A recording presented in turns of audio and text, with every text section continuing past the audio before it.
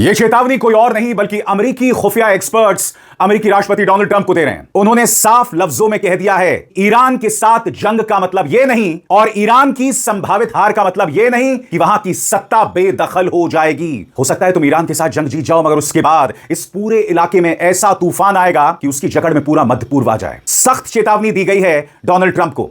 मगर बड़ा प्रश्न, क्या डोनाल्ड ट्रंप अपने ही खुफिया एक्सपर्ट्स की इस चेतावनी को सुनेंगे? मैं आपको बताना चाहता हूं दोस्तों, मैंने अभी अभी वॉशिंगटन पोस्ट का एक लेख पढ़ा है और उस लेख में कई अहम बातें कही गई हैं और ये तमाम बातें अमेरिका के खुफिया एक्सपर्ट्स से बातचीत के बाद इस लेख में जगह पाती हैं। और किस तरह की चेतावनी दी गई है उस पर हमें गौर करना पड़ेगा। सबसे पहले आर्टिकल का मुख्य दावा क्या है उस पर गौर फरमाइए। यह रिपोर्ट दोस्तों, सबसे बड़ी बात, नेशनल इंटेलिजेंस काउंसिल के आकलन पर आधारित है और यह आकलन अपने आप में क्या कहता है इस पर आपको गौर करना पड़ेगा।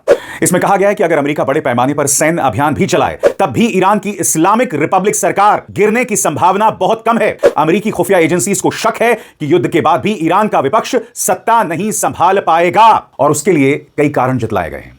नंबर एक, वहां का जो पूरा सत्ता का समीकरण वो इतना पेचीदा, इतना मजबूत है कि वहां की सत्ता को बेदखल करना नामुमकिन है।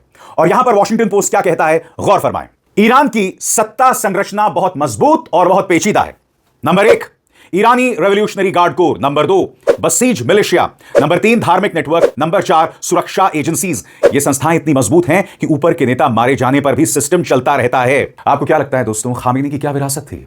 खामेनी की यही विरासत थी। पहले वो राष्ट्रपति थे, उसके बाद सुप्रीम लीडर बने।